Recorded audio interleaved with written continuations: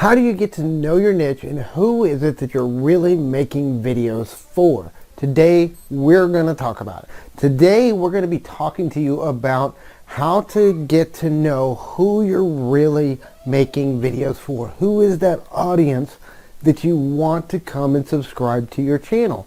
If you think about it, everything we do, we're always talking about make content for your audience, make content for the audience. But who is your audience? If you're new, you probably don't know. So the first thing you need to do is figure out what niche, what particular topic are you going to create content for. And then I'm going to share with you a simple little strategy that I use. I'm going to introduce you to a couple of friends of mine. The very first step in this is finding your niche, finding that group of people that have a similar interest. All a niche is a similar group of people with a common interest that they're coming to your channel to learn about, to grow from, something that they're trying to do. For example, I do abandoned storage units, and there's a whole niche of people creating content around cleaning out abandoned storage units, how to resell the stuff that we find, and there's a whole bunch of channels that do different types of reselling. And so there's a small community of storage unit resellers, and then there's a bigger community and a bigger niche of just resellers in general. So that's kind of the niche that I work with my other channel, the Storage Scavenger. And I'm not the best reseller, I'm not the best storage auction buyer. I just record and share my journey and my adventures in the business, and share all the things that I find, share the things that I'm learning, the struggles I've had, and what I've done to overcome those struggles. So that's how you pick your niche. One of the things that I found was people were asking me all kinds of questions about YouTube in my reselling live streams and in other live streams about reselling. And the content doesn't really fit that niche. Yes, there's a bunch of people in that niche that are YouTubers, but there's a lot of the majority of the people that watch our channel are not YouTubers and aren't interested in YouTube. So that content didn't fit over there. So that's why I started this channel. I started a second channel in a new niche. Now, a lot of people tell me I'm insane for trying to run two channels. And they're probably right. It's a lot of work trying to run and build two channels. And it's like trying to juggle and juggle and juggle. And some days I drop all the balls. And some days I don't. But they're two separate niches. They're two separate groups of people that I'm talking to. Therefore, I needed to create another channel. The other thing is, you can think about, what do you want to focus? If you have one thing that you're really, really passionate about, that you really, really love doing, and that maybe you have a whole lot of experience at, then you could build a channel around that topic and really engage people, really help people, and really create something that adds value to other people's lives, and something that you can utilize your own experiences to help other people. That's what I look for when I'm looking for a niche. This is James, and welcome to our channel. We help you build your channel, optimize it for successful growth, and create more engagement with your audience. Now, if you're looking for a niche or a niche, it depends on who you talk to, which way it's pronounced. You want to think about things like, what is your goals with a channel? So once you decide what your niche is and you figure out what that ideal target audience is, now you need to start figuring out who the people that want to watch that kind of content are. Before I get into that, let me introduce you to a few of my friends. First of all, I met Joe. Joe is somebody that I've been getting to know over the last several weeks. Joe has a YouTube channel. Joe is trying to start a YouTube channel. He's put a couple of videos out there, but he's not getting any traction. Nobody's watching his videos, and he doesn't understand why nobody wants to watch his videos. He just started this channel, and he's only got a few things going for him. But he has a passion for his community, the group of people, and he's getting engaged with other live streams and with other people around him. But he wants to know how to grow his channel.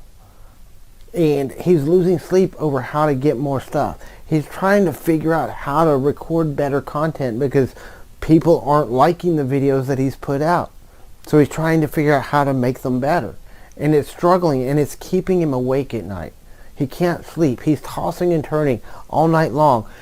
And he knows his job is in jeopardy, so he wants to know how to turn his YouTube channel into something that could possibly replace his job, because he doesn't know if he's going to have his job much longer.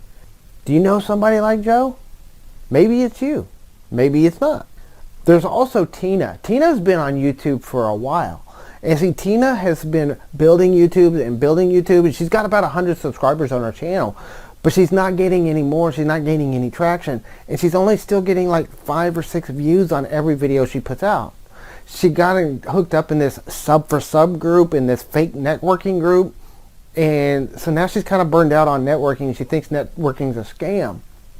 And she thinks that it doesn't work because she took somebody's bad advice and did it the wrong way. And so she's coming to my channel and she's watching my videos, trying to learn how to create better content, how to get ranking in search.